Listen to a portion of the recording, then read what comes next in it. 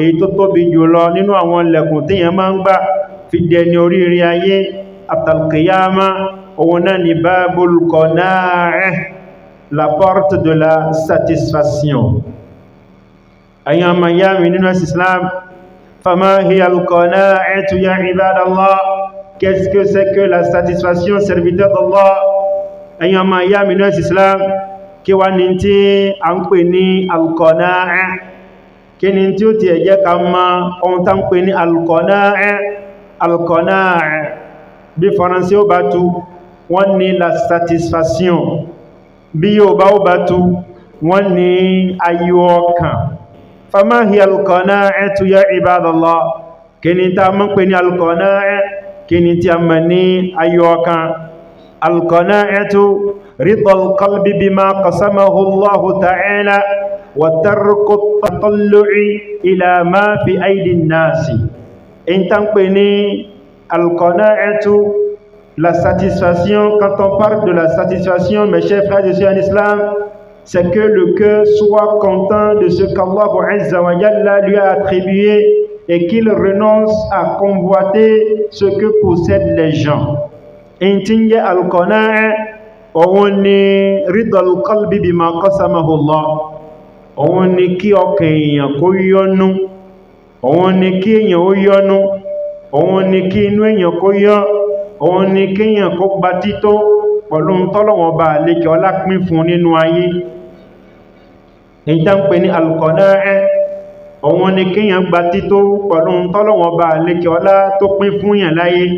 Èyí tọ́lọ̀wọ̀n pè gbogbo rẹ̀ fún rẹ̀ nínú arísìkí, nínú owó, nínú dúkìá, nínú ọlá, nínú gbogbo ta máa ń ní láyé. Ẹ̀yin tí ń jẹ́ al-qana'a, òun nìyẹn ẹ̀yin ẹrúsìn Ọlọ́run bá lè kíra tí ń gbọ́ mi. Ẹ̀yin tí ń jẹ́ al-qana'a kò mọ́ níbẹ̀ yẹn nìkan, wa tarku at-tatallu'i ila ma fi aydi an-nas.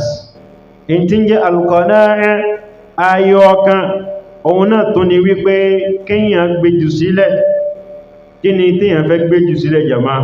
Kí yàn gbéjù sílẹ̀ wípé kóhun máa ń nàgàwó tí ń bẹ lọ́wọ́ àwọn ènìyàn. Bẹ̀bá ń wádìí nípa pé kí ni tí ń jẹ́ ayọ̀ ọkàn jàmá? Ayọ̀ ọkàn nìyẹn. Ayọ̀ ọkàn kan méjì náà ni ní àpapọ̀. Òun ni pé kí yàn yọ́nú sí ìtọ́lọ́hun pé gbogbo rẹ̀ fún ẹ láyé, ìtọ́lọ́hun kádàrá ẹ fún ẹ, ìtọ́lọ́hun ní kó tẹ̀ ẹ lọ́wọ́ lárísìkí jẹ́ kó tó ẹ yọ́nú sí. Lẹ́yìn náà jàmá, gbìyànjú mọ́nàgàwó tí ń bẹ lọ́wọ́ àwọn èèyàn, èyí tí ń bẹ lọ́dọ̀ àwọn ẹlòmí nínú dúkìá, èyí tí ń bẹ lọ́dọ̀ wọn nínú àwọn nǹkan orí ayé. Mọ́nàgàwó bọ́bá ti jẹ́ nìkan tó bá ní nǹkan méjì yìí lọ́wọ́, ológun Ọlọ́run bá lékè ọlá a mọ̀ kà ẹ má àwọn ẹni tí wọ́n ní ayọ̀ ọkàn, ó ti ń bẹ nínú ọgbà kan èyí tó darí ẹ sí ẹnu ọ̀nà aljanna. Qala ta'ala, Ọlọ́run bá lékè ọlá ń bá wá sọ̀rọ̀ ní al-Qur'an lágbọ́n ibi tí a bọ́rọ̀ wá dé. Ọlọ́run ní wala tamuddanna 'aynayka ila ma matta'na bihi azwajan minhum. Ọlọ́run bá ń bá wá sọ̀rọ̀ ní al-Qur'an nípa èyí tí ń jẹ́ ayọ̀ ọkàn. Allah le Très-Haut dit dans son livre saint, il dit: ne porte pas tes regards vers ceux dont nous avons comblé certains groupes d'entre vous, ce que les gens possèdent, faut pas regarder cela. Ne porte pas tes regards vers ceux-là qui sont riches. Il faut pas les convoiter, il ne faut pas les envier. Et tingi al-qana'a ni jama bí a bá tẹ̀síwájú nínú al-Qur'an, Ọlọ́run ní má ṣe nàgàwó, má ṣe ranjú wo èyí ta fún àwọn ẹnìkan. Wọ́n máa ń nàgàwó tí ń bẹ lọ́wọ́ wọn, yálà owó la fún wọn, ọlá la fún wọn, ọmọ la fún wọn, ilé ni wọ́n kọ́, ọkọ̀ ńláńlá ni wọ́n rà. Ọlọ́run ní wala tamuddanna 'aynayka ila ma matta'na bihi azwajan minhum. Ọlọ́run ní má wo bẹ̀. Ògbọ́n ta kó fún wọn láyé, ògbọ́n tí ń bẹ lọ́wọ́ àwọn èèyàn láyé, yálà tí ń bẹ lọ́wọ́ ẹ̀gbọ́n ẹni, èyí tí ń bẹ lọ́wọ́ àbúrò ẹni, èyí tí ń bẹ lọ́wọ́ ọ̀rẹ́ rẹ ni, èyí tí ń bẹ lọ́dọ̀ ọ̀gá rẹ ni. Ọlọ́run ní tóhun ṣe fáwọn ènìyàn láyé, má rànjú wo tí ń bẹ lọ́wọ́ wọn. Bí a bá tó tẹ̀síwájú ní al-Qur'an bákan náà, Ọlọ́run tó ń bá wa sọ̀rọ̀ lára àwọn ọ̀rọ̀ tá máa gbọ́, èyí tí ó máa jẹ́ kó yé wa wípé Al-Qur'an tírà Ọlọ́run ni, tírà kan ni tọ́lọ́run ti ń kọ́ wa lẹ́kọ̀ọ́ nípa àwọn nǹkan tí ó ṣe wá láǹfààní ayé, èyí tí ó ṣe wá ní àǹfààní al-qiyama. Bàbá bí ilé rí wípé jímọ̀ tẹ́ lọ lónìí, kí ni tí ẹ gbọ́? Ẹ sọ wípé a gbọ́ ọ̀rọ̀ ńlá kan nípa ọ̀kan nínú àwọn okùnfà àlùjánnà ni. Kí ni ọ̀rọ̀ náà jama? Al-qana'a. Ó ní kí ni jama? Al-qana'a, la satisfaction, èyí tá ń pè ní ayọ̀ ọkàn. Ọ̀pọ̀lọpọ̀ èèyàn ń bẹ láyé jama, wọ́n yó nínú, wọ́n yó níkùn, àmọ́ wọn yó lọ́kàn. Bẹ́yàn bá ń bẹ láyé, bọ́ bá yó nínú, bọ́ bá yó lára, bí ò bá yó nínú ọkàn, yóò máa dàbí elébi náà. Àwọn bẹ́yàn bá ń bẹ láyé, bí ò bá jẹun kánú, bí ò bá jẹun kó yó, àmọ́ tó bá yó nínú ọkàn, gbogbo ara yóò sì máa rí bí ẹni tó ti yó. Ìtí ń jáyọ ọkàn ni ẹ jama. Ọlọ́run ní man amila saliha, ẹni bá ṣiṣẹ́ olóore, min dhakarin aw untha wa huwa mu'min, falanuhyiyannahu hayatan tayyibah. Allahu Azza wa Jalla nous dit dans son livre, il dit, quiconque homme ou femme accomplit de bonnes actions, de bonnes œuvres, tout en étant croyant, nous lui ferons vivre une vie heureuse. Ọlọ́run ní gbogbo ẹni tó ṣe wípé ó ṣiṣẹ́ olóore lọ́kùnrin, ó ṣiṣẹ́ oore lóbìnrin, lẹ́ni tó gbọ́ Ọlọ́run gbọ́, òun ó jẹ́ kó ṣiṣẹ́ mi dáadáa láyé. Allahu Akbar. Falanuhyiyannahu hayatan tayyibah. Quiconque accomplit de bonnes actions, qu'il soit homme ou femme, Allah Azza wa Jalla dit, s'il accomplit de bonnes œuvres tout en étant croyant, mu'min, Allah dit, il a promis qu'il va lui faire vivre une vie, yani de la satisfaction de la vie d'ici-bas, une vie heureuse. Et Ibn Abbas, radiyallahu anhu, qala al-hayatu tayyiba al-qana'a. Lọ́wọ́n ẹni bá gbọ́ lọ́wọ́n gbọ́, òṣìṣẹ́ olóore, òun jẹ́ kó ṣiṣẹ́ mi tó dáa láyé. Nígbàtí Ibn Abbas fẹ́ túnmọ̀ fún wa, ó ní al-hayatu tayyiba al-qana'atu.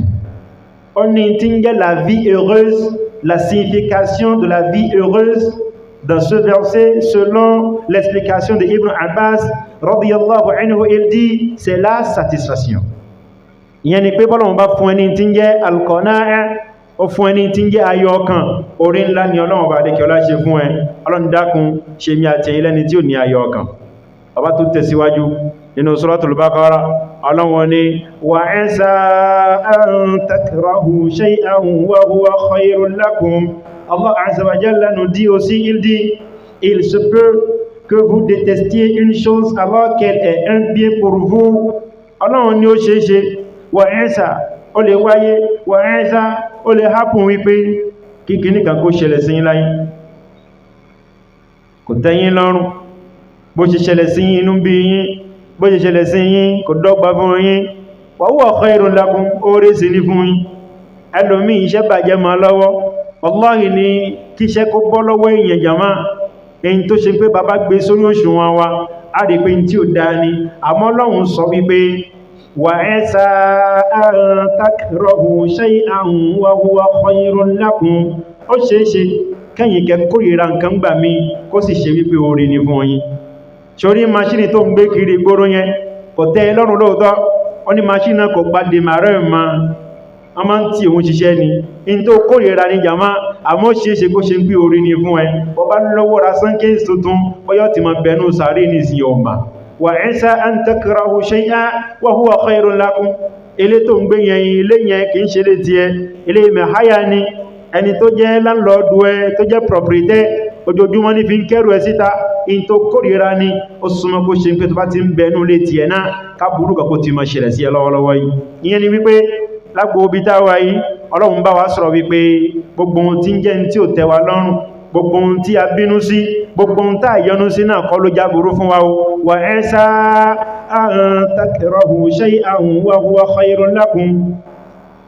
Ara ẹlòmí ò yá, ààrẹ ló gbé kúrò nínú ilé, ó yá ti bá ń bẹ ilé tẹ́lẹ̀ yóò ti kú. Ẹlòmí ara ẹ̀ ò yá, ààrẹ tí ń ṣe yẹn yóò kórìíra gbára tó wọ́n yá, àmọ́ Ọlọ́run lè lo ààrẹ yẹn ní sábàbí kan fún, léyìí tó ṣe pé bá ààrẹ yẹn ò bá ṣe tẹ́lẹ̀ rí, ó súnmọ́ kó ló díẹ̀ kó ti bọ́ sí al-qiyama. Ẹ̀yin ọmọ ìyá mi ní Islam, bí a bá ń tẹ̀síwájú lágbọ́n ibi tí a ń bọ́rọ̀ wá lọ, ọ̀rọ̀ nípa tí a mọ̀ ní al-qana'a èyí tí a mọ̀ ní ayọ̀ ọkàn ọlọ́run tó ń bá wa sọ̀rọ̀ bákan náà kí ni tí ọlọ́run tó sọ fún al-Qur'an ọlọ́run ní inna rabbaka yabsutu rizqa liman yasha'u wa yaqdir ọlọ́run sọ ní Qur'an bákan náà Allahu azza wa jalla nous dit encore dans son livre, il dit ton Seigneur étend ou restreint la subsistance à qui il veut. Ọlọ́run ní bó bá ń wo òun fẹ́ nìkan òun tẹ́pẹpẹ àrísìkí fún tí ó gbòòrò tí ó pọ̀ tí ó làmìláaka yóò ní owó òun náà ò ní maye tó ní má yóò ní ọkọ̀ yóò ní ilé kò lè lo gbogbo ẹ̀tàn tí ó fi kúrò láyé inna rabbaka yabsutu rizqa liman yasha dájúdájú ton Seigneur olúwa rẹ̀ il étend ou restreint la subsistance à qui il veut. Si Allah veut, il peut faire de quelqu'un riche, abondamment riche. Il est riche de façon impensable, mais de la même manière, il peut faire de certaines personnes des pauvres. Allahu Akbar. Bien, bá ilé yìí náà yìí yóò mọ̀ wípé kò sí eré ìṣe ọwọ́ yòówù kó ń wà láyé yóò mọ̀ wípé kò ṣẹ̀yìn Ọlọ́run bá lẹ́kẹ̀ ọlá bó ṣe wọn Ọlọ́run ní máa ń ṣe ọlá.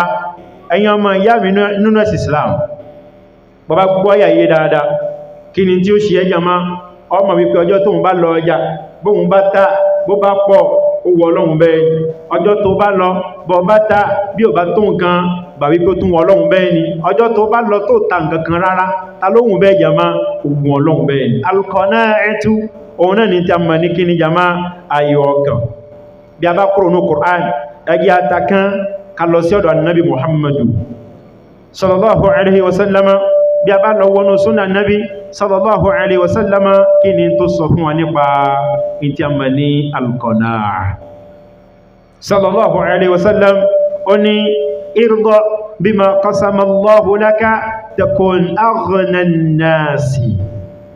Le messager d'Allah sallallahu alayhi wa sallam nous dit dans ce même sillage, il dit sois satisfait de ce qu'Allah t'a attribué, tu seras le plus riche des gens. Sois satisfait de ce qu'Allah azza wa jalla t'a attribué. Sois content de ce qu'Allah azza wa jalla t'a donné, sois heureux de ce qu'Allah azza wa jalla t'a donné, tu seras le plus riche des gens. Subhanallah, sallallahu alayhi wa sallam. On ní ìwọ tó ń gbọ́ mi ní dédé àkókò yìí, ó ní gbìyànjú kó yọ́nú sí ntọ́lọ́hun pè gbogbo rẹ̀ fún ẹ, ó ti dá. Gbìyànjú kó yọ́nú sí ntọ́lọ́hun ọba lékè ọlá tó kó fún ẹ, ìwọ̀nba tó fún ẹ, bó ṣe wùn kó kéré tó, bó ṣe wùn kó pọ̀ tó, bó ṣe wùn kó kéré ma, bó ṣe wùn kó pọ̀ tó, yọ́nú sí ntọ́lọ́hun fún ẹ. Ẹ̀yin nínú àwọn àṣírí ta fi ń gbélé ayé, ta fi ń ráyé gbé, táyé fi máa ń yẹni, tálkìyàmọ̀ fi máa ń da òun ni hadithu yìí. Irda bima qasama Allahu laka takun aghna an-nasi. Sois heureux, sois satisfait de ce qu'Allah azza wa jalla t'a attribué, tu seras le plus riche des gens. Lẹ́bìrẹ́ lómi jama, wallahi kò tí kọ́lé. Ẹ̀rẹ́ lómi jama, kò ní mọ́tò, kọ́dà kò ní machine, àfẹsẹ̀wà náà gangan ìmọ̀ ń yá lò. Àmọ́ bẹ bá rí láàrin gbọ́, tẹ bá rí nígboro, ẹ máa wò pé ṣírí yìí sì ní problem. Ẹ máa wò pé eléyìí sì feel fine jama. Yóò máa sọ̀rọ̀ pẹ̀lú àwọn ìyàwó àtàwọn ọmọ, yóò sì máa ṣàwádà. Ẹ wá wẹni tó ní mọ́tò inú ìbànújẹ́ ló fi sùn. Subhanallah. Ìyẹn ni pé ni tó ní mọ́tò kò yọ́nú sí tọ́lọ́run fún. Torí pé mọ́tò tó sáré, ó ní Corolla ló ń fẹ́ rà. Import ẹ̀. Gbà tó rà tán, ó tún rí ọ̀rẹ́ kan tó wọ́n ní 2 ẹ̀, ó tún kó sí ronú. Ẹwẹ́ni tó ní kẹ̀kẹ́ àfẹsẹ̀wà, òun ò wádìí díẹ̀. Òun mọ̀ pé ìtọ́lọ́run fún òun lélẹ́yìn lọ́bá yọ́nú sí láyé bá dá. Ní bá ń feel fine. Lẹ́bí rẹ̀ lómi tí ó máa ń jẹ wàrà sójá àtẹ̀kọ́ yóò tó máa tayín inú ó tó máa nù. Ìyẹn ni pé ó yọ́nú sí tọ́lọ́run fún ni. A bọ́kọ ìyàwó bá ní kíní ní gbèsè ayé ẹ̀ ti dá. Bí ìyàwó bá ń bẹ nílé ọkọ, ó bá ní tí a ń pè ní al-qana'atu, la satisfaction, ayọ̀ ọkàn, ó bá ní wallahi ní ayé ẹ̀ dá, ayé ọkọ tún dá. Ẹ̀ ní mọ tí wọ́n ń jẹ. obìnrin míì oríṣi oúnjẹ mẹ́ta ló láwọn oúnjẹ ńlé tàwọn lójoojúmọ́ bàtí ìyá ẹbí léèrè pé kí lẹ́yìn jẹ ńlé ọkọ tòun ti pé kò sí tó kàn ẹ́ nípa pé kí lọmọ ń jẹ ńlé ọkọ ó ti lọ ná àyèmáyé ìbéèrè míì tó ti ṣí ọmọ kó ńlé ọkọ ṣé èyí tẹ́yìn ń jẹ nìyẹn ọmọ níbẹ̀ ni àwa ń jẹun lẹ́ẹ̀mẹ́ta lójúmọ́ oríṣi oúnjẹ mẹ́ta ni mo bá ní ṣáwo onímọ̀mọ́ kò kàn yẹn má wọ́ọ̀rì ẹ sáà rí pé mo ń feel fine kí ni wọ́n sì ń jẹ jàmá Allahu Akbar wọ́n ń jẹ ẹ̀bà láàárọ̀ wọ́n mú gàrí lọ́sàn tó bá dalẹ́ wọ́n dẹ epo sínú gàrí ó di mélòó jàmá ó di mẹ́ta àmọ́ ń gbà tí ìyàwó yọnu sí tó bá tó ń jáde báyìí yóò tún máa sara sínú ẹni o gbà tó yọnu sí jàmá àmọ́ bó bá ní tẹ́lọ́rùn ká máa pa adìyẹ méje fún ẹ lójoojúmọ́ ó máa gbẹ náà la satisfaction al-qana'atu ọlọ́gàrí síwájú ilé epo ní bá ń kàyé Range Rover tí ń kọjá ní kàyé Benza tí ń kọjá yóò padà gbé kú láyé jàmá nítorí pé ìtọ́lọ́wọ́ fún kò yọnu sí ọ ní ẹwọ́jọ́ tóun ti délé ayé gbogbo tó ń pàṣẹ fún kò kọjá bàjáàjì ẹlòmí ń bẹ láyé kò ní bàjáàjì ó tó kùn lo kí ní jàmá ó kùn lo máa ti dè ní ìwọ́ tí ẹ lo bàjáàjì kẹ̀kẹ́ ìgbàlódé ní jàmá tí ò pèrìmé rí láíláí àbẹ́ gbọ́ pé bàjáàjì pèrìmé àbàdà ni wọ́n tó ń ra tuntun síbẹ̀ ọlọ́run wá fún ní bàjáàjì ọwá ń wẹni tí ń lo pẹ́sẹ́yìnsì ọlọ́run fún ní pẹ́sẹ́yìnsì ń wẹni tí ń lo Venza ìyẹn ni pé nínú àṣírí ta fi ń gbé ilé ayé ti fi ń dá irda bima qasama Allahu laka, sois satisfait de ce qu'Allahu Azza wa Jalla t'a donné, tu seras le plus riche des gens. Gbìyànjú kó yọ́nú sí tọ́lọ̀hun fún ẹ̀yàmá ká ní pé aṣọ mẹ́ta ló bá ní láyé yọ́nú sáṣọ mẹ́ta tọ́lọ̀hun fún ẹ̀yà kó ma fọ́ kó ma mọ́rùn pa ọba láǹfààní àti rẹ̀ dú kó tún lọ kó tún ma ní pli dáadáa kó ma jáde ó rí pẹ́ni tó ní dọ́sìnì aṣọ ńlé yóò tún ma wù ẹ́ yóò tún ma wù eléyìí sì ń gbádùn bẹ́ẹ̀ sì ni ó láṣọ jù ẹ lọ. Limadha? Li'annaka radita bima qasama Allahu laka. Nítorí pé ìntọ́lọ́hun fún ẹ kí ló ṣe jàmá ò yọ́nú sí ni ọ. Qala an-nabiyyu sallallahu alayhi wa sallama laysa al-ghina 'an kathrati al-'aradi walakinna al-ghina ghina an-nafsi. Le messager d'Allah sallallahu alayhi wa sallama il nous a dit encore, il dit la richesse ne consiste pas dans l'abondance des biens. Quand on veut définir le riche, quand on veut définir ce qu'on appelle la richesse, qu'est-ce que c'est que la richesse? Il dit, la richesse ne consiste pas dans l'abondance des biens, mais la vraie richesse, c'est la richesse de l'âme. Allahu Akbar. Ànábì ní tí ń jẹ́ ọrọ̀, tí ń jẹ́ owó, ká jẹ́ olówó, ká ní owó lọ́wọ́, ká jẹ́ ọlọ́rọ̀. Ó ní tí ń jẹ́ ọrọ̀ gangan. A bá bi lè rí wípé ta ni ọlọ́rọ̀ láwùjọ. Àwa sọ pé ọlọ́rọ̀ láwùjọ wa òun lẹni tó kọ́lé rẹpẹtẹ, ẹni tó ní mọ́tò rẹpẹtẹ, ẹni tó ṣe pé mashallah ẹ bá débi títí ń tajà ẹ mọ́ sọ pé owó kú kalẹ̀. Ànábì ní rárá, èyí tí ń jẹ́ ọrọ̀ kọ́ nìyẹn. Ó ní tí ń jẹ́ ọrọ̀ lódodo lóòótọ́ òun ni ọrọ̀ ẹ̀mí.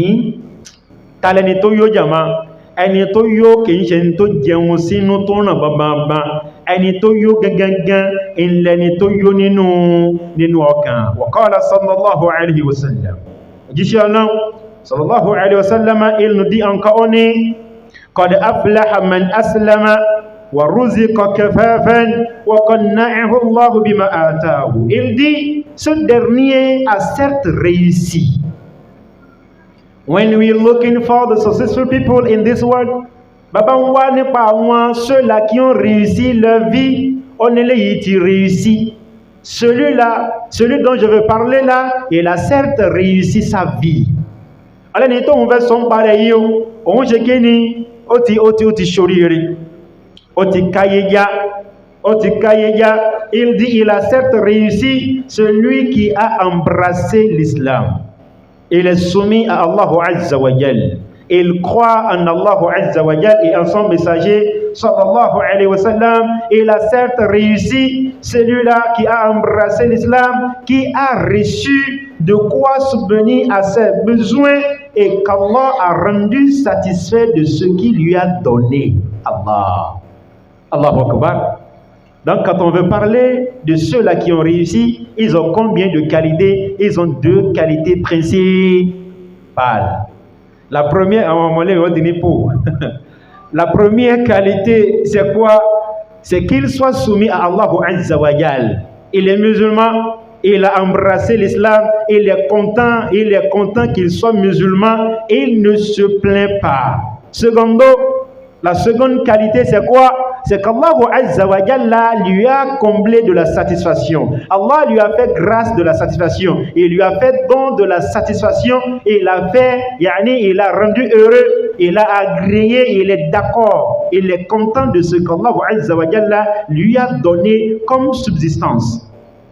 Sallallahu alayhi wa sallam. On est irú àwọn eléyìí ti jèrè. Wọ́n ti káyé já. Wọ́n ti ṣoríire. Wọ́n ti lọ. Wọ́n ti ṣoríire. Alọ́lúwẹ̀ ẹjàmá ẹni tó gbà fọ́lọ́hun, dáwọ́dá sẹ́lẹ̀ fún Ọlọ́hun, ọgbọ́lọ́hun gbọ́ gbà ní nábì gbọ́, wà rúzikọ kàfàfàn. Ọlọ́hun wá fún ní àrízìkí rẹ̀ kàfàfàn. Allah lui a donné sa subsistance en fonction de ses besoins. En fonction de ses besoins quotidiens, Allah Azza wa Jalla le pouvoir. Ọlọ́hun wá fún ní àrízìkí ẹ̀. Jíjẹ mímu ẹ níbàámu sí bùkátà. Subhanallah. Oúnjẹ èyí téèyàn lè jẹ lóòjọ́ tí ó fi yó tí ò ní sí wàhálà, Ọlọ́run jogún ẹ̀ fún. Wa ruzika kafafan. Ọlọ́run fún ní tí ó tó ní jíjẹ ní mímu, aṣọ tí ó tó ní wíwọ̀. Ẹ wá pa kíní kó mọ́ jóná o, kò sówó o. Ọlọ́run sọ pé Ànábì Muhammad sallallahu alaihi wasallam ó ní qad aflaha man aslama wa ruzika kafafan wa qanna'ahu Allahu bima atahu. Ó ní irú wọn ti jèrè o, ẹni tó gbà fọ́lọ́hun, ó gbà fọ́lọ́hun, ó di mùsùlùmí. Wa ruzika kafafan. Ọlọ́run wá pèsè àrízìkí ẹ̀ fún ní déédé bùkátà rẹ̀. Èyí tó bùkátà náà Ọlọ́run fún lásìkò. Bó bá ti ẹ̀fẹ́ pẹ́ kò ní pẹ́ kọjá ààyè, kò ní pẹ́ kọjá ààlà. Ọlọ́run fún lẹ́yìn ẹ̀ńkọ́ jama wa qanna'ahu Allahu bima atahu. Ọlọ́run wá yọ láyọ̀ ọkàn níbi tó fún. Ìyẹn ni pé bàbá ń wẹ́ni tó ṣoríire jama nínú wọn ẹlẹ́ni tó gbà fọ́lọ́hun. Ẹlẹ́ẹ̀kejì ni pé in tọ́lọ́hun jogún fún, in tọ́lọ́hun fún lárízìkí, Ọlọ́hun fún láyọ̀ ọkàn lórí ẹ̀. Ìwọ̀n bá aṣọ tó ní lóto, kò máa wẹni tí ń wọ bàzẹ́n, kò máa torí wọn kérí máa fọ́, kò máa wẹni tí ń wọ léèsì alárànbarà, léèsì ìgbàlódé, kò máa wo tí wọn kó máa ṣe dìáré, nítorí pé ẹlòmíì ìṣòro ẹlòmíì láyé ni pé ó ti tún wọ agbádá lónìí o. Wàhálà ẹlòmíì nìyẹn, ó ti tún gbé mọ́tò míì dé o. Ìṣòro ẹlòmíì ni pé ó mà ti tún ra mọ́tò míì o, nítorí pé kí ni jama, kò ní tí ń jẹ́ al-qana'atu, kò ní tí ń jẹ́ ayọ̀ ọkàn ni. Ọlọ́run dákun ṣe èmi àti ẹ̀yin ní ẹni tí ó ní tá ń pè ní al-qana'a, nítorí pé béèyàn bá ní qana'a, béèyàn bá ní tí ń jẹ́ ayọ̀ ọkàn jama, gbogbo ohun ló ti ní láyé. Àwọn èèyàn ó máa wá wo, wọ́n máa rí bí olówó, wọ́n máa rí bí ẹni tó ti dáa fún, wọ́n máa rí bí pé eléyìí àbí ká tó tọrọ lọ́wọ́ ẹ̀. Bẹ́ẹ̀ sì ni kò sí ní tó fà tó fi rí bẹ́ẹ̀ o, bí kì í bá ṣe wípé ó ní tí a mọ̀ ní ayọ̀ ọkàn ni. Kí Ọlọ́run bá lè kí ọlá kó jogún ayọ̀ ọkàn fẹ́ni kọ̀ọ̀kan wa. Jama, a ń sọ nípa ayọ̀ ọkàn. Bàbá ní ayọ̀ ọkàn, bọ́lọ́run bá yé wa ní ayọ̀ ọkàn, bọ́lọ́run bá ṣe èmi àti ẹ̀yin ní ẹrú kan tó ní ayọ̀ ọkàn, tó yó nínú ọkàn rẹ̀, bọ́lọ́run bá ṣe èèyàn ní ẹni tó ṣe wípé in tọ́lọ́run fún olúwa rẹ̀ tó tó, ìwọ̀nba ń tọ́lọ́run jogún fún ó tó, ó ní tí ń jẹ́ ayọ̀ ọkàn. Kí ni àwọn àǹfààní tí ń bẹ fún? Èèyàn ń bẹ láyé ló wá ní ayọ̀ ọkàn jama. Ǹjẹ́ àǹfààní kan ń bẹ fún? Bẹ́ẹ̀ ni àwọn àǹfààní ń bẹ fún. Quels sont les bienfaits de la satisfaction? La satisfaction est une qualité. C'est une qualité qu'on souhaite chez tout un chacun de nous. Ẹ ṣílẹ̀kùn yẹn torí Ọlọ́run káwọn èèyàn mọ́ ṣògo. Bàbá ń sọ nípa tí ń jẹ́ la satisfaction, ayọ̀ ọkàn. Béèyàn bá ní, kí ni àwọn àǹfààní tí ń bẹ fún jama? Quels sont les avantages? Quels sont les bienfaits de la satisfaction? Nínú àwọn oore, àwọn àǹfààní tí ń bẹ níbi ayọ̀ ọkàn jama, òun ni rahatul qalbi wa sukunuhu, le repos et la tranquillité du cœur. Quand tu es satisfait de ce qu'Allah Azza wa Jalla t'a donné, Inch'Allah Azza wa Jalla, tu seras toujours tranquille. Tu ne seras pas bousculé, mécontent, attristé, non. Tu es toujours heureux parce que tu es satisfait de ce qu'Allah Azza wa Jalla t'a donné.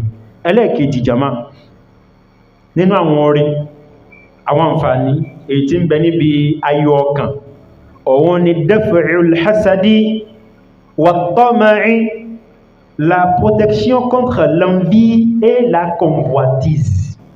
Quand tu as la satisfaction, Inch'Allah Azza wa Jal, quand tu es satisfait d'Allah et de ce qu'il t'a attribué, Inch'Allah Azza wa Jal, tu seras protégé contre l'envie. C'est-à-dire, tu ne vas pas envier les gens. Quand tu vois un bien chez quelqu'un, tu ne vas pas désirer la disparition de ce bien-là. Tu ne vas pas le convoiter. Oh, ni ma kantim belo wa wenya. Boba ni ayoka. Boba la yoka yama. Oh, ni lara ni kankan. Ayoka bam belara re. Boba ri ọmọ ya re gan. Tó ṣe nǹkan mere àdúà ló ṣe fún. Oh, ni ma kan pi ore tí ń bẹ lọ́wọ́ rẹ̀ kó bàjẹ́. Beyan ọba ni ayoka yama. Ẹ rí wí pé ìdàkejì ni ó máa ṣe. Ẹ rí pé ẹni tá ń wí ní ìsìn ìwọ ti kọ́lé, ìwọ ti ní àwọn dúkìá lọ́wọ́, àmẹ́ni tá ń wí ní ìsìn bóyá nǹkan kékeré kan lọ́wọ́ kan ṣe fún lórí, àmọ́ nítorí pé bó ṣe ní bó ṣe pọ̀ tó kò láyọ̀ ọkàn yóò sì tún máa bínú oní díẹ̀. Ó ní kí ló dé tí ọba wọ aṣọ táṣọ náà máa ń yẹ ẹbẹ, aṣọ tó ń sì wọ̀ tó yẹ yìí èló ló fi rà, gbogbo tó fi parí ẹ̀ kò kọjá 2000, ìwọ sì ní oní 25,000 oní 50,000, kí ló dé tó tún jowó ẹlòmí? Ìyẹn náà ń pè ní alhassadu, ìlara. Ó ní kí ló dé tó bá wọṣọ yìí máa ń yẹ, kí ló dé tó ṣe pé tó bá wọ bàtà yìí máa ń yẹ. Bọ́ọ̀ bá láyọ̀ ọkàn jàmá, ó lè ní bàtà oní 10 million lọ́wọ́, ó sì máa jowó ẹni tí ń wọ sílípàsì onípọ̀ mẹ́fà. Jàmá ìmọ̀bọ́ tó ń ta nípọ̀ mẹ́fà nísìn. Èyí tó jẹ́ lẹ́ẹ̀kẹta jàmá nínú àwọn àǹfààní tí ń bẹ níbi pé kíyàn láyọ̀ ọkàn jàmá, òun ni jalbu mahabbatillahi lil abdi. Parmi les bienfaits de la satisfaction, il y a l'amour d'Allah Azza wa Jalla pour son serviteur. Quand tu es satisfait de ce qu'Allah Azza wa Jalla t'a donné, Allah Azza wa Jalla va t'aimer. Allahu Akbar. Et les serviteurs d'Allah aussi vont t'aimer. Bọ́bá jẹ́ nìkan tó láyọ̀ ọkàn, Ọlọ́run nífẹ̀ẹ́. Àwọn ẹrú Ọlọ́run tó nífẹ̀ẹ́. Lọ́nà wo jàmá? Ẹni tí ò bá láyọ̀ ọkàn, gbogbo ojoojúmọ́ ni ó máa gbé bùkátà lọ bá àwọn èèyàn. Ẹ wá wo ẹni tí máa ń gbé bùkátà lọ bá àwọn èèyàn lójoojúmọ́ tí fi máa ń ní wọn lára, ẹ rí wípé àkọ́kọ́ náà ni pé Ọlọ́run ò nífẹ̀ẹ́. Àwọn èèyàn gẹ́gẹ́ ó tó máa sá fún ẹ. Tí bá ti ń bọ̀ lókèrè báyìí, ẹ sọ fún pé mi ṣe kí ni jàmá, mi ò sí nílé. Ẹ wo ẹni tó fẹ́ lọ tọrọ oúnjẹ yìí jàmá, èyí tí ó jẹ láàárọ̀ wà lọ́wọ́ ẹ̀. Àmọ́ ní tóun ò bá lọ tọrọ talẹ́ kalẹ̀ yìí sì ń kọ́ bálájì bá kúrò lé bí ó pa òun lálẹ́. Ẹ wo ó wá gbé Ọlọ́run, ó wá gbé aláàjì sípò Ọlọ́run. Bó bá láyọ̀ ọkàn jàmá, wallahi ẹni tí máa ń fún ẹ tó ti sọ pé máa béèrè tó bá ti bùkátà máa sọ fún mi, bí ọmọ léwe, bí ọmọ lè kéwú, ó ti di àwọn ọjọ́ kan kí wọ́n ti ṣe bí pé ó gbàgbé ò ti ẹ lọ kí wọ́n béèrè wípé ṣé lágbájá ò wá bí lónìí ni, ìyẹn ló pín ẹlé, ìyẹn ní jáyọ̀ ọkàn.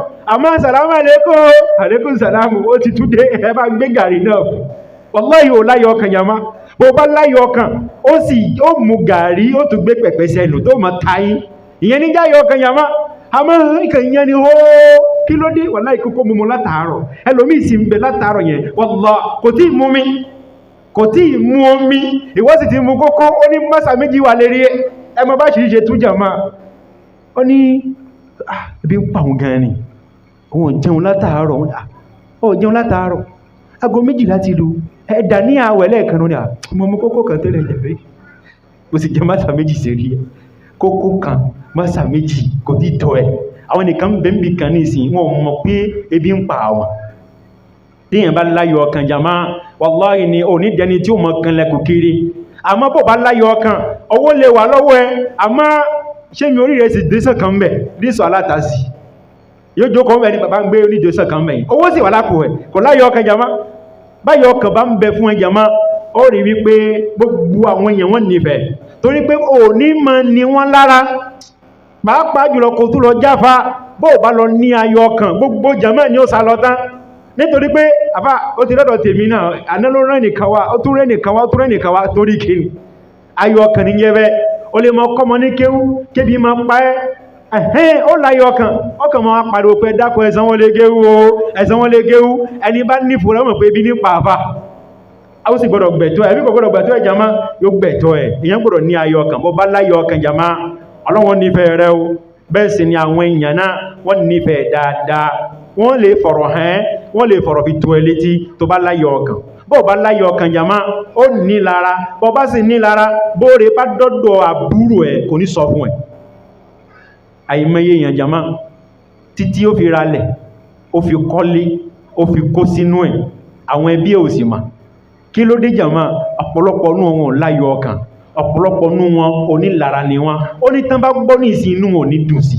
inna lillahi wa inna ilayhi raji'un. ní fi múyàn tí ó fi lóyún tí ó fi bímọ ẹnìkan sì ní gbọ́, nítorí pé àwọn tí ń bá gbé ń kọ́ àwọn èèyàn burúkú ni wọ́n. Ọlọ́run dákun ṣe wá lẹ́ni tí ó láyọ̀ ọkàn jama ẹlẹ́ẹ̀kẹrin sábàsìkò wa nínú tí ń jẹ́ àwọn àǹfààní tí ń bẹ fún ayọ̀ ọkàn al-bu'du 'anil ma'asi allati asluha at-tama'u, l'éloignement des péchés dont la racine est la cupidité. Quand tu es satisfait de ce qu'Allah Azza wa Jalla t'a donné, Inch'Allah Azza wa Jalla, tu seras éloigné des péchés. Ó ní dẹ́ṣẹ̀ nítorí pé tó bá láyọ̀ ọkàn ó rí wípé ìgbésí ayé yóò wá di ìgbésí ayé egbélémákú. Either I get rich or I die. Ó ní bóhun bá lówó lòun lówó, yálà kóhun lówó àbí kóhun kú, nítorí pé kò láyọ̀ ọkàn ní jama. kò bá láyọ̀ ọkàn, àìmá láyọ̀ ọkàn yẹn òun ni ó sún débi wípé gbogbo ohun tí ò yẹ ká bọ́mọlúwàbí ń bẹ lẹ́màá bá nídìí ẹ̀. òun ni ó sún ìyàwó mi doníṣìná nítorí pé kò láyọ̀ ọkàn. èló lọkọ mọ́ fún láàárọ̀ jama, ìtọ́kọ míì lágbára àti fún ìyàwó ẹ̀ òun nogun pọ́n pé kò fi jẹun lójú mẹ́rin ní. tó bá láyọ̀ ọkàn ogún pọ́n yẹn ó sì fi sí ọbẹ̀. ṣe láyé tàwà yìí, wallahi láyé tàwà yìí náà ni ó fi sí ọbẹ̀. ó sì ọbẹ̀ tí ó sì pọ̀ dáadáa. ilá olóje àsèkúkòkò, ilá tí wọ́n ní kò wéèlò abẹ́ gbọ́ tó bá láyọ̀ ọkàn nìyẹn. àwọn obìnrin kan mọ́ ọmọ kan polówó ẹ ma gbọ́ ilá yóò wéèlò, ilá olóje àsèkúkòkò, wọ́n nígbẹ̀yìn lérí ọkà. ọba láyọ̀ ọkàn bọ́kọ bá gbógun pọ́n fún ẹ, ọkọ tí ẹ tó tíráyì ó gbé mílí fún ẹ, àfá ó ti sé ń yà àfá. àmọ́ tí ò bá sáyọ̀ ọkàn kọ́kọ́ kó kúrò lé kó gbápò márùn fún ẹ pé owó yí o kàn fi ṣòwò àpò ni kò ní tó láyé. béèyàn bá láyọ̀ ọkàn kọ́kọ́ fẹ́ kúrò lé kó gbé àpò mẹ́wàá fún pé fi dáná fi sé ń jẹ, àwọn ọmọ jẹun ò ní yó, wọ́n tún tọrọ gàrí ládùúgbò torí pé kí ni jàmá kò sáyọ̀ ọkàn fún. ẹni tọ́kọ ń fún lápò méjì lówó oúnjẹ, ẹ wo èyí tí ó fi dúpẹ́ fọ́lọ́run tí ó máa sọ barakallahu fika fún ọkọ. ẹni tọ́kọ tí ẹ ń fún lápò márùn ní wá kiri àdúgbò pé ẹ̀yin ẹ̀wọ̀ lágbájá ni, ṣé mi àti lágbájá iṣẹ́ kan náà là ń ṣe. ọ̀pọ̀lọpọ̀ ọkùnrin mo sọ níje ló pé ìyàwó ẹ̀ ló sọ di olè nítorí kí ni jàmá àìláyọ̀ ọkàn. àìláyọ̀ ọkàn ni ọba pàdé lágbájá bàbá lágbájá àtẹ̀ǹkíyàn ẹ̀kọ̀ tẹ̀ dá wa lóhùn. àìláyọ̀ ọkàn ni ọ àìláyọ̀ ọkàn ní òní sóbìnrin mi débi wípé kó mọ wọlé onílé kó mọ lọ́wọ́ tèlé ọkọ tí ò ní tèlé nílé. tó bá láyọ̀ ọkàn ó fìdí mọ́lé ọkọ. a ń wáyàwó ìyàwó olékiri aago 12 òru ń lù, wọ́n ní wo pàtí 2 kí ni wọ́n ní wo pàtí 2 jagunjagun ní wọ́n bá ń jagun nílé yìí nítorí kí ni jàmá àìláyọ̀ ọkàn ni jàmá àìláyọ̀ ọkàn ni ó ní ìgbà tó ń délé náà òun rò pé ní kàró ni, àṣé wọn ní kàró ó sáré símẹ́ǹtì náà. tó bá láyọ̀ ọkàn ilé tán gbé èsì tí ò ní kàró ń bọ̀ wá dò ní kàró. ìwọ gan rántí bàbá ẹ̀ lánàá ìyá ẹ̀ lánàá gbà tó fẹ́ra wọn ṣe kàró wà ń gbà náà. ilé ọya ni wọ́n fẹ́ lómi sí lánàá, ìwọ wá ń wẹ́ni tó ní kàró kiri lónìí, ó délé ọkọ ló bá sunkún látàárọ̀ dalẹ́. kí ló dé? ibi tó gbé sí ni kò tẹ́ lọ́rùn. ó ní yẹ̀mùyẹ́mú pọ̀ ń bì, yẹ̀mùyẹ́mú pọ̀ wọ́n múná lọ, wọ́n talántà ó ní ìwòlẹ̀ tó tàn yìí jẹ̀mọ́ ẹ̀ ní jẹ́nẹrétọ̀ ni. bó bá láyọ̀ ọkàn ó padà sákúrò ń bẹ. bẹ́ẹ̀ sì ni ẹni tí ń ta láńtà lónìí tí ń ta àtàpà yìí tó bá dọ̀la ń bọ̀ wá padà wá tan kí ni jàmá yóò tèyí tó ju jẹnẹrétọ̀ lọ. ṣe mọ̀ wípé wọ́n ní àkákò kárí àgbẹ̀, ẹrẹ̀bẹ̀ ò kárí alágbàdo. bẹ́ẹ̀ náà ibẹ̀ kọ́ ìgbà kan nìyẹn bẹ̀rẹ̀ nǹkan jàmá, ìgbà kan nìkan bẹ̀rẹ̀. ó lè bẹ̀rẹ̀ ńgbà kan kó kárí, ó sì lè má kárí. bí ó bá padà kárí tó bá yá yóò kárí lọ́jọ́ ọ̀la jàmá. àìláyọ̀ ọkàn jàmá yóò súnyàn débi ẹ̀ṣẹ̀, yóò ṣe kí ni jama yóò sùn débi ẹ̀ṣẹ̀ jama. onílé tiwa àwa kìí ṣayé pọ̀táb, ẹ̀yí ṣayé pọ̀táb ṣe bẹ́ẹ̀ rí bòmí tẹ̀ ń gbé lọ ẹ̀dúgbẹ́ fọ́lọ́hun. ayọ̀ ọkàn jama ó ṣe gbogbo ó ṣe pàtàkì.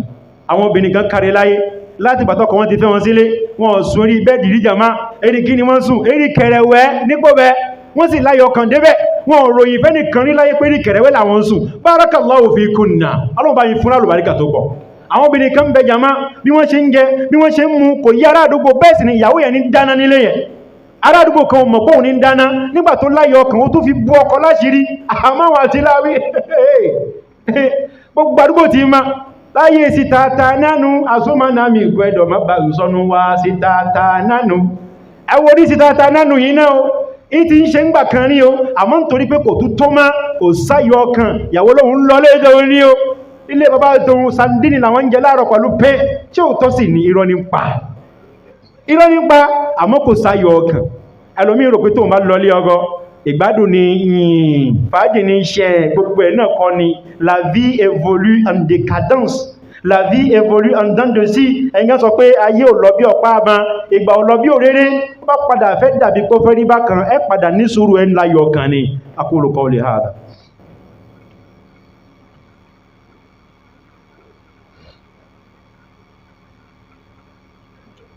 Alhamdulillahi wa salatu wa salamu ala rasulillahi wa ala alihi wa ashabihi ahlillah adúpẹ́ fún Ọlọ́run lẹ́ẹ̀kan sí alaikum kí a ti gẹ̀ẹ́kọ́ jẹ́ ti Ànábì Muhammad sallallahu alaihi wasallam ẹ̀yin ọmọ ìyá mi ní tẹ̀síwájú lórí ọ̀rọ̀ nípa al-qana'a ayọ́kan.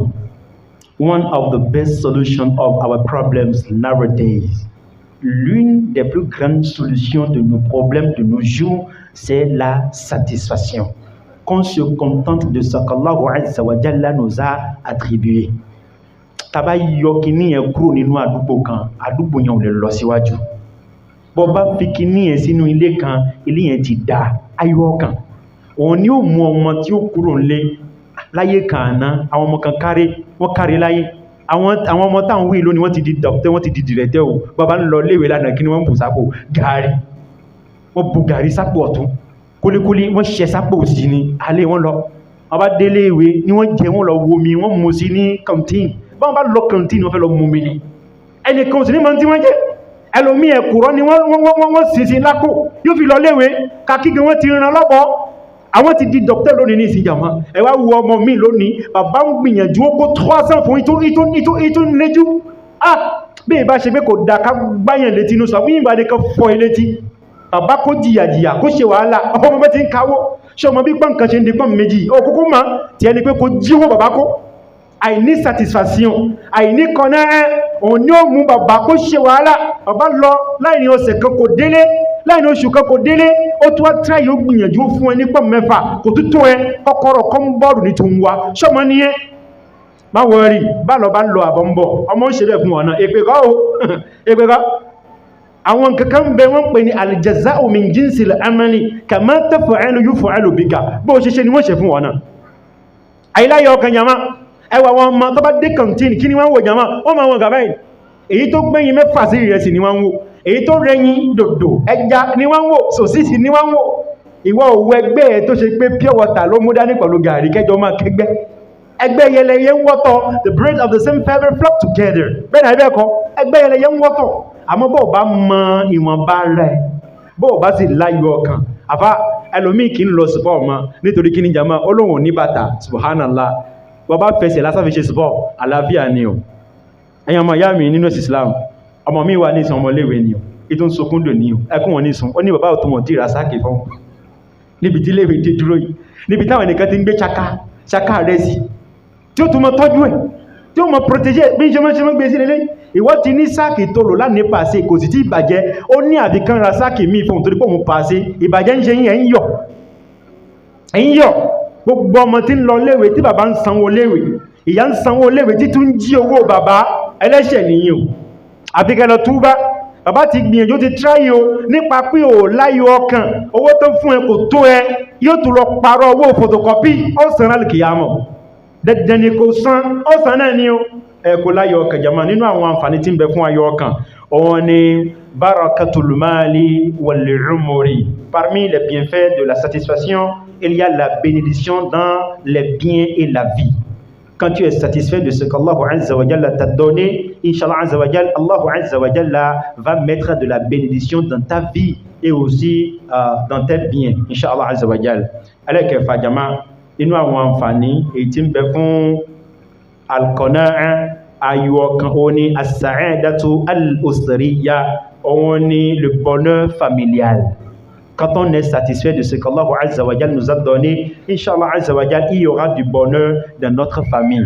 L'homme, la femme, papa, maman, les enfants, ils seront tous heureux. Le jour où ils vont trouver à manger, ils vont savoir que ça, c'est Allah Azza wa Jalla qui l'a donné. Et le jour où ils ne vont pas trouver à manger suffisamment, ou bien ils n'ont rien trouvé à manger, ils seront quand même satisfaits. Inch'Allah Azza wa Jalla, cela fera partie des causes de la bénédiction et du bonheur dans leur famille. Septième avantage, et tout dialogue qui dit, nous avons al-qana'a, on est husul rida bil qadar, l'acceptation du destin. Quelqu'un qui est satisfait de ce qu'Allah Azza wa Jalla lui a donné, Inch'Allah Azza wa Jalla, on va sentir en lui qu'il est d'accord, qu'il est content, qu'il a accepté le décret d'Allah Azza wa Jalla. Mais au contraire, on dira que tu es en train de riposter, tu es en train d'aller contre ce que Allah Azza wa Jalla a prédestiné.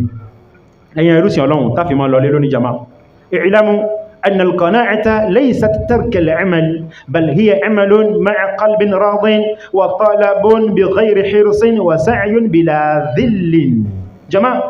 Quand on parle de la satisfaction, sachez que la satisfaction ne signifie pas l'abandon du travail. Non. Il y a des gens qui pourraient mal comprendre cela. Quand on parle de la satisfaction, ils peuvent dire non bon. Cela veut dire que je dois seulement me contenter du peu là et ne pas vouloir évoluer. Non. Non. Il y a des gens qui vont peut-être croire que bon, quand on parle de la satisfaction, sois satisfait de ce qu'Allah Azza wa Jalla t'a donné. Tu es en train de mener une activité. D'accord. Et c'est rentable, alhamdulillah. Ça te donne quelque chose. Maintenant, il y a d'autres perspectives. Il y a d'autres activités qui sont ouvertes à toi. Il y a d'autres opportunités que tu peux encore essayer. Et tu dis, mais non, Al-Qana'a, on a déjà parlé de Qana'a, il ne faut plus chercher. Non, ce n'est pas ça. Tu peux vouloir évoluer. D'accord? Cela ne veut pas dire de ne pas travailler, non. Il y a des gens qui sont restés à la maison, ils ne veulent rien faire. Ils disent, mais moi, je suis content de ce qu'on a fait de moi. Il a fait de moi pauvre. Tu vas mourir pauvre. Tu es allé au bac pour la première fois, dis-moi, c'est Allah qui a voulu. Hein? Et il n'a pas révisé. Tu vas encore échouer. La satisfaction dont on parle là ne veut pas dire de délaisser le travail, non. Il faut travailler dur et fort. Il faut vouloir évoluer. L'islam n'invite pas à la pauvreté ou bien au délaissement du travail ou bien à l'oisiveté, non. À la paresse, non. Il n'y a rien en islam qui incite, qui motive à la paresse, non.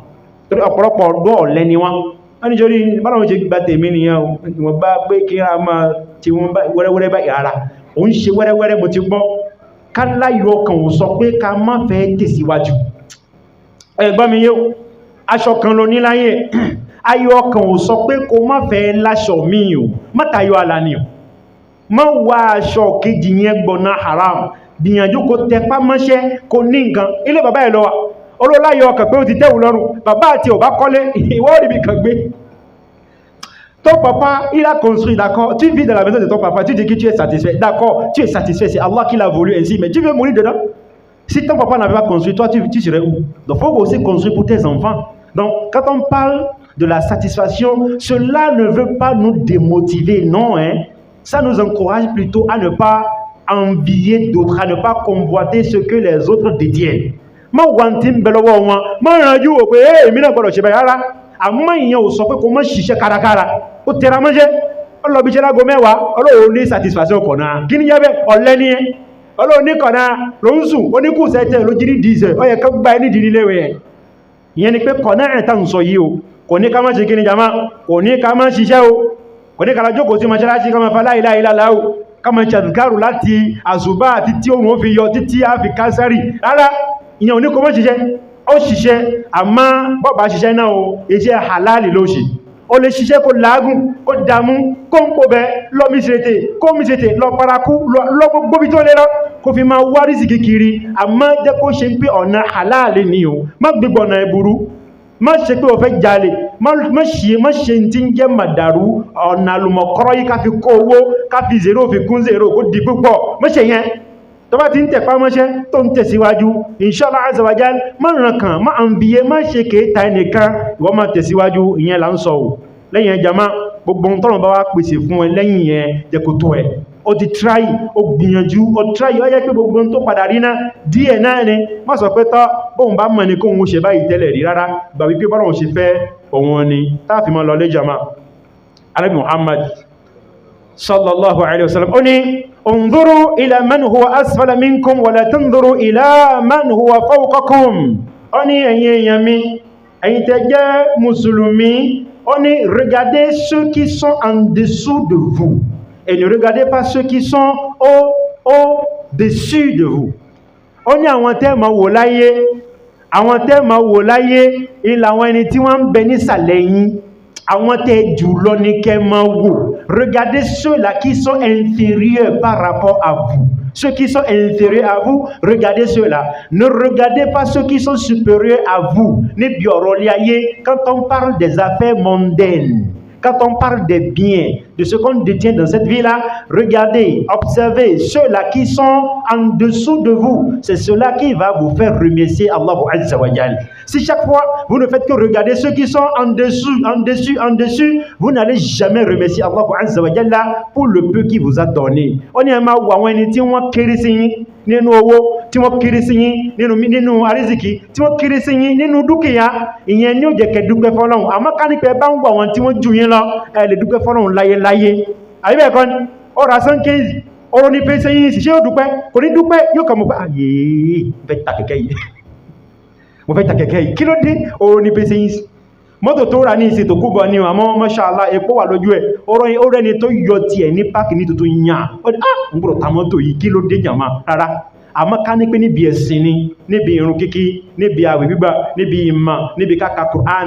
ẹni tó jù ọ̀rọ̀ ní kò máa wò ìmáàmù ti sọ pé ká má wẹ̀ ní tó jù wá lọ ń bá ti mọ ìsásúrú sí láti mọ̀ fi ń kírun ti tó ìrọ̀lù pa ọ̀ ẹlòmíì náà mọ́ ìṣìyàn gbọ́yé kọ́ ọyé ìmáàmù ti ní ká má wẹ̀ ní tó jù wá lọ ẹ̀wọ̀n lẹ́nìkan ha Kùránì parí wọ́n fẹ́ kí tàhájúdù báyìí kí ń wọnú tíra ẹ̀wọ́ jẹ́ ká máa wo tiwa bẹ́ẹ̀ ọ̀rẹ́ ká má wẹ̀ ní tó jù wá lọ rárá ẹni tó jù ọ̀rọ̀ nínú mímọ̀ yẹn òun ni kó máa wọ̀ kí wọ́n kò lè ní mímọ̀ ẹni tó jù ọ̀rọ̀ níbi irun kíkí níbi ká yan zaka níbi ká ṣe sàárà ó ní kó wọ̀ kí wọ́n kò lè ṣe kí ni o kò lè máa ṣiṣẹ́ olórí lọ́pọ̀lọpọ̀ a nítorí àwíjàre kí tó tán lẹ́nu àbí Ọlọ́run bá lè kẹ́ ọlá kó fún wa ní tí ń jẹ́ ayọ̀ ọkàn bẹ́yàn bá ní ayọ̀ ọkàn ayé ẹ̀ ti da alìkíyàmọ̀ ti da Ọlọ́run dákun má jẹ́ káyé wọ́n bàjẹ́ o má jẹ́ kálíkíyàmọ̀ wọ́n bàjẹ́ àbí Ọlọ́run bá lè kẹ́ ọlá in tó ṣe fẹ́ni kọ̀ọ̀kan wa lóore lárízìkì má jẹ́ kó parẹ́ mọ́ wa lára ibi tárísìkì wa ti dé Ọlọ́run dákun má jẹ́ kó dúró sí ibẹ̀ jẹ́ kó tẹ̀síwájú ni àwọn èèyàn kan bẹ nú wa tó ṣe pé Ọlọ́run ti bọ̀ àṣírí wọn wọ́n ti ní lọ́wọ́ Ọlọ́run dákun má jẹ́ kí wọ́n fi ọlá pìtàn má jẹ́ kí wọ́n fi owó pìtàn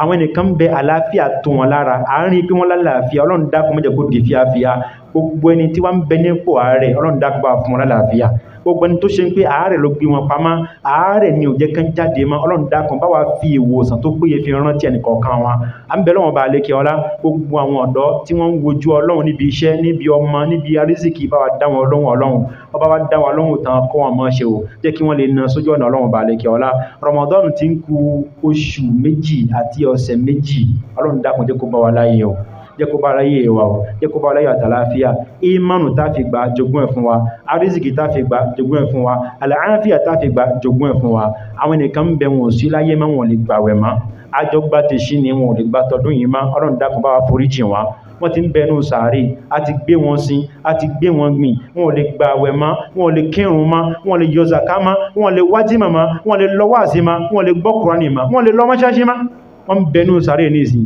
Ọlọ́run dákun bá wa foríjì wọn jẹ́ kí sàárè kò dáa fún wọn bá wa tàn mọ́lẹ̀ sí sàárè fún wa o bá wa tàn fánù síbẹ̀ fún wa o àwa náà wà ń bẹ lọ́wọ́ bá lẹ́kẹ̀ ọlá ọjọ́ títí wa náà ó bá yá májá jìyà ní sàárè gbogbo ìwà ta mọ́ ń wò láyé tí sàárè fi mọ́ ń gbóná májá hùwà náà o gbogbo ẹni ta mọ́ rìn láyé tí sàárè fi mọ́ ń fún májá ká rìnrìn náà Ọlọ́run dákun wà ń bẹ ẹni gbogbo ẹni tí wọ́n náwó sójú ọ̀nà Ọlọ́run lọ́sàn àti tòun bá wa dá wa lọ́hùn bá wa fi wọ́n ṣe kòǹgẹ́ rí gbogbo ẹni tó yọ ó kàn éjì tó fi ṣe tọ́lọ́hùn májá kó kábàámọ̀ bẹ̀ láyéláyé o a dúpẹ́ fún Ọlọ́run a sì kí gbogbo jàmá àwọn tá a lá fẹ́ ṣe òun láti ṣe àwọn fèrèsé àtàwọn lẹ̀kùn àti gbìyànjú bí tágbára wá dé wọn la ṣe dé àwọn èèyàn ń bẹ ó fún wa lówó oníṣọ̀sán oníṣẹ̀kánt oníven tí wọ́n dá sí tó fi débi tó dé yìí Ọlọ́run dákun owó bẹ́ẹ̀ jẹ́ kó pọ̀ lọ́rọ̀ wa ibi tẹ́ ti yọ tẹ́ ti ná òní tán bẹ̀ láéláé ọlọ́run wọlá yìí tẹ́ ṣe yìí o kó tún ṣínà àrísìkì lọ́pọ̀lọpọ̀ fún yín olóògbé ọlọ́run bá lẹ́kẹ́ ọlá wọn ní gbé wá máa ṣáṣí wá tọrọ fi sabilillah fún yín o wọn ní sọ pé ara lágbájá ò yá ni ẹ bá wa dáwó fún un náà máa ń náwó àdínní wọn ní ṣe bẹ́ẹ̀ fún yín ó gbẹni tó ṣe pé ó fi ó kàn yín jì fi dá síṣẹ́ ọlọ́run èyí tó jù bẹ́ẹ̀ lọ ọlọ́run ó fi rọ́pò ẹ̀fẹ́ nìkọ̀ọ̀kan wa ọlọ́run wá wọlá yìí tá a ṣe yìí ọlọ́run dákun jẹ́ ká rí àpẹẹrẹ gbígbàdúrà lára ara wa lára ọmọ lára ìyàwó lára dúkìá ọláìpín méjì ọlọ́run bá lékè ọlá gbogbo ẹni tó wá ní ìran kan fóun náà fẹ́ ṣe àmágbára ò tí sí ọlọ́run dákun bá wa dá wọn lóhùn bá wa bò wọ́n láṣìírí dípò àṣírí tí wọ́n fi ń ṣiṣẹ́ ọlọ́run tí máa ń làmìlaka tí máa ń ní ládánú kọ́nà kó jogún ẹ̀fẹ́ nìkọ̀ọ̀kan wa ọlọ́run dákun má jẹ́ ká máa padà sábúrú ikú òjijì àrùn òjijì kó má tó sẹ́nìkọ̀ọ̀kan wa ربنا آت نفوسنا تقواها وزكها أنت خير من زكاها أنت وليها ومولاها ربنا آتنا في الدنيا حسنة وفي الآخرة حسنة وقنا عذاب النار سبحانك اللهم وبحمدك نشهد أن لا إله إلا أنت نستغفرك ونتوب إليك وصلى اللهم وسلم على نبينا محمد وعلى آله وصحبه أجمعين قوموا لصلاتكم يرحمكم الله